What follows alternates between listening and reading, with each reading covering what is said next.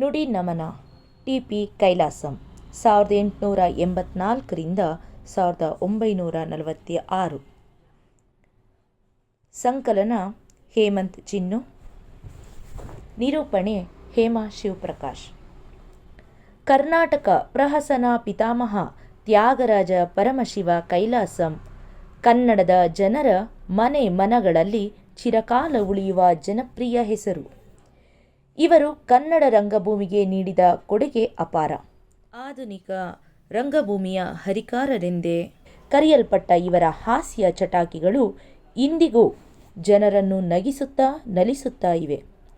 ಕನ್ನಡ ರಂಗಭೂಮಿಯನ್ನು ಸಾಂಪ್ರದಾಯಿಕತೆಯ ಸಂಕೋಲೆಗಳಿಂದ ಹೊರಗೆಳೆದು ತಂದ, ಅದಕ್ಕೆ ಹೊಸ ತಿರುವನ್ನು ಆಯಾಮಗಳನ್ನು ತಂದುಕೊಟ್ಟ ಹಿರಿಮೆ ಅವರದ್ದು. ಕೈಲಾಸಂ ರವರ ಬಾಲ್ಯ ಜೀವನ. ಇವರು ತಮಿಳು ಮೂಲದ ಉನ್ನತ ಮಟ್ಟದ ಮನೆತನದಿಂದ ಬಂದವರು. ಅವರ ತಂದೆ ಆಗಿನ ಕಾಲಕ್ಕೆ ಬಹುದೊಡ್ಡ ಹೆಸರು ಮಾಡಿದ್ದ ಜಸ್ಟಿಸ್ ಪರಮಶಿವ ಅಯ್ಯರ್, ತಾಯಿ ಕಮಲಮ್ಮ.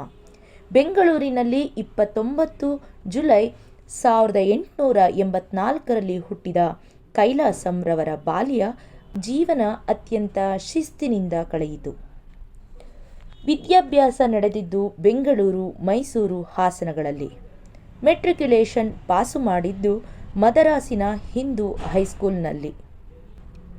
ಮುಂದೆ ಪ್ರೆಸಿಡೆನ್ಸಿ ಕಾಲೇಜಿನಲ್ಲಿ ಭೂವಿಜ್ಞಾನ ಓದಿ BA ಪದವಿ, MA ಪದವಿಗಳನ್ನು ಪಡೆದು ಸರ್ಕಾರದ ವಿದ್ಯಾರ್ಥಿ ವೇತನದೊಂದಿಗೆ ಲಂಡನ್ನಿಗೆ ತೆರಳಿ ರಾಯಲ್ ಕಾಲೇಜ್ ಆಫ್ ಸೈನ್ಸ್ ಸೇರಿ 7 ವಿಷಯಗಳಲ್ಲಿ ಮೊದಲ ದರ್ಜೆಯಲ್ಲದೆ ಪ್ರಶಸ್ತಿಗೂ ಭಾಜನರಾದರು.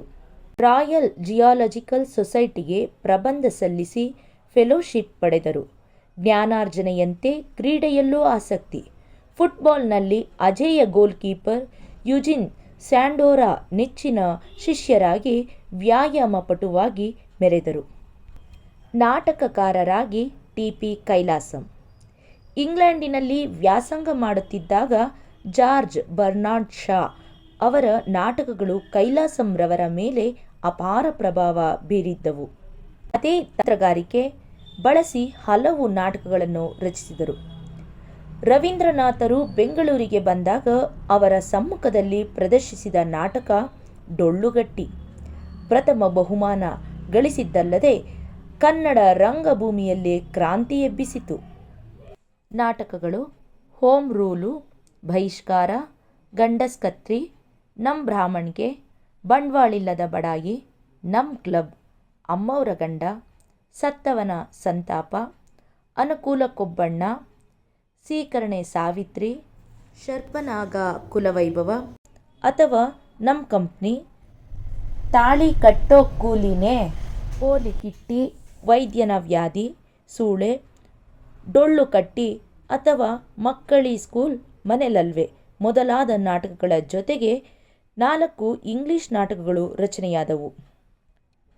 ಕತೆಗಳು ತಾವರೆಕೆರೆ, ಸಮಶ್ಪೋಯಿನ ದಂಡಿ, ಮುದ್ದು ಇಲ್ಲ ಕದ್ದು, ಸುಂಕದ ಕಟ್ಟೆ, ಶಾಮಿಯಾನ ಸೇಡು, ಕವನಗಳು ಆರಳ್ಳಿ ಕೊಳಿಕೆ ರಂಗ, ಅಂಜಿ ನನ್ ಅಪರಂಜಿ, ಕಾಶಿಗ್ಹೋದ ನಂಬಾವ, ಬೋರನ ಭಾರ, ಅಲ್ಪಜ್ಞನ ಪದ, ಅರಿವು.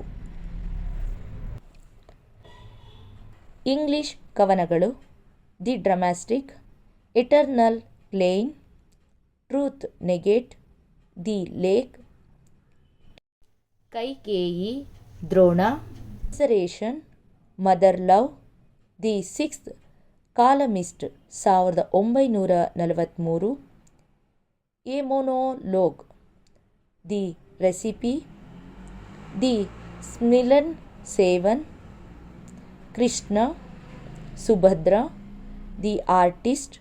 ಹಾಗೆ ಇಂಗ್ಲಿಷ್ ನಾಟಕಗಳು the burden, fulfilment, the purpose, the Brahmin's curse. Kailasam ಎಂದೂ ಪೆನ್ನು ಹಿಡಿದವರಲ್ಲ. ಕನ್ನಡ ಕಾಂಗ್ಲ ಭಾಷೆಗಳಲ್ಲಿ ಹೇಳಿದ್ದನ್ನು ಸ್ನೇಹಿತರು ಬರೆದುಕೊಂಡರು. ಕನ್ನಡಕ್ಕೊಬ್ಬನೇ ಕೈಲಾಸಂ. ಕೈಲಾಸಂ ಅವರು 1945ರಲ್ಲಿ ಮದರಾಸಿನಲ್ಲಿ ನಡೆದ ಕನ್ನಡ ಸಾಹಿತ್ಯ ಸಮ್ಮೇಳನದ ಅಧ್ಯಕ್ಷತೆ ವಹಿಸಿದ್ದರು. ಅವರು ಮಾಡಿದ ಭಾಷಣ ಇಡೀ ಸಾಹಿತ್ಯ ಸಮ್ಮೇಳನಾಧ್ಯಕ್ಷರ ಭಾಷಣಗಳಲ್ಲೆಲ್ಲ ಅತ್ಯಂತ ಚಿಕ್ಕದೆಂದು ಚೊಕ್ಕವಾಗಿತ್ತೆಂದು ಪ್ರಸಿದ್ಧವಾಯಿತು. ಏಕೆಂದರೆ ಅವರಲ್ಲಿ ಪದೇ ಪದೇ ಹೇಳಿದ್ದನ್ನು ಹೇಳುವ ಪರಿಪಾಠವಿರಲಿಲ್ಲ. ಪ್ರತಿ ಪದ ಪ್ರತಿ ವಾಕ್ಯಗಳಲ್ಲೂ ಮೊದಲೇ ನಿರ್ಧರಿತವಾಗಿದ್ದವು. ಸಭಿಕರಿಗೆ ಮತ್ತು ಆ ದಿನದ ಸನ್ನಿವೇಶಕ್ಕೆ ಬೇಕಾದುದನ್ನು ಮಾತ್ರ ಹೇಳಿದ್ದರಿಂದ ಇದು ಎಲ್ಲರಿಗೂ ಅತ್ಯಂತ ಜನಪ್ರಿಯವಾಗಿತ್ತು. ಅತಿ ಕ್ಲುಪ್ತ ಮತ್ತು ಪ್ರಭಾವಿ ಭಾಷಣಕ್ಕೆ, ಮಾತುಗಾರಿಕೆಗೆ ಅವರು ಪ್ರಸಿದ್ಧರಾಗಿದ್ದರು. ಮೊದಲೇ ತಯಾರಿಲ್ಲದೆ ಯಾವ ಸಮಾರಂಭಕ್ಕೂ ಅವರು ಹೋಗುತ್ತಿರಲಿಲ್ಲ. ಕನ್ನಡಕ್ಕೊಬ್ಬನೇ ಕೈಲಾಸಂ ಎಂದು ಎಲ್ಲರ ಕೈಲೂ ಬೇಷ್ ಎನಿಸಿಕೊಂಡ ಕೈಲಾಸಂ ಕನ್ನಡ ಸಾರಸ್ವತ ಲೋಕಕ್ಕೆ ಕೊಟ್ಟ ಕೊಡುಗೆ ಅನನ್ಯ. ಯಾರೋ ಅವರನ್ನು ಸಂಬೋಧಿಸಿ ಟಿ.ಪಿ. ಕೈಲಾಸಂ ಎಂದಾಗ ತಮ್ಮನ್ನು ತಾವೇ ಟಿಪಿಕಲ್ ಆಸ್ ಎಂದು ಕರೆದುಕೊಂಡು ನಗೆಯಾಡುತ್ತಿದ್ದರಂತೆ. ಪಾಶ್ಚಾತ್ಯ ಸಂಗೀತಾಸಕ್ತರಿಗೆ ಅವರು ಇಂಗ್ಲಿಷ್ ರಾಗಕ್ಕೆ ಕನ್ನಡದಲ್ಲಿ ಹಾಡು ಬರೆದು ಕೇಳುಗರಿಗೆ ಅಚ್ಚರಿ ಹುಟ್ಟಿಸಿದ್ದಾರಂತೆ. ಕೈಲಾಸಂರವರ ಪದ್ಯದ ತುಣುಕೊಂದು ಹೀಗಿದೆ.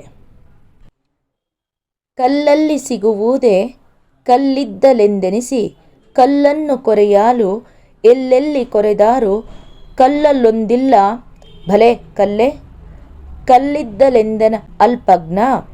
ಕೈಲಾಸಂ ಕನ್ನಡದ ಸಾಹಿತ್ಯ ಸಮ್ಮೇಳನದ ಅಧ್ಯಕ್ಷತೆಯ ಭಾಷಣದ ಕೊನೆಯಲ್ಲಿ ಹೇಳಿದ ಇಂಗ್ಲಿಷ್ ಕವನದ ಕನ್ನಡ ಅನುವಾದ ಹೀಗಿದೆ. ಹೊನ್ನೆ ಬಲ್ ಬಿರುದುಗಳೇ ಹಾಲುಗಲ್ ವಿಗ್ರಹವೇ ಕವಿ ಬಯಸ್ ನಿಂತದ್ದೇ ಪ್ರತಿಫಲವೇ ಬೇಕು. ಹಿರಿಯರುಂ ಕಿರಿಯರುಂ ಕಿಲಕಿಲನೆ ನಕ್ಕೆರಡು ಕಣ್ಣ ಹನಿ ಇತ್ತರೆನಗದು ಅನಿತೇ ಸಾಕು. ಕೂತಲ್ಲಿ ಕಂಪನಿ ನಿಂತಲ್ಲಿ ನಾಟಕ ಎದ್ದು ಹೋದಲ್ಲೆಲ್ಲ ಜನರನ್ನು ನಕ್ಕು ನಗಿಸಿದ ಕೈಲಾಸಂ ನಿಜ ಜೀವನದ ರಂಗದಿಂದ ಮರೆಯಾದದ್ದು 23/11/1946ರಲ್ಲಿ. ಇಂತಹ ಮಹಾಚೇತನಕ್ಕೆ ಸಮಸ್ತ ಕರ್ನಾಟಕ ಶಿಕ್ಷಕರ ಬಳಗದ ವತಿಯಿಂದ ಕೋಟಿ ಕೋಟಿ ನಮನಗಳು.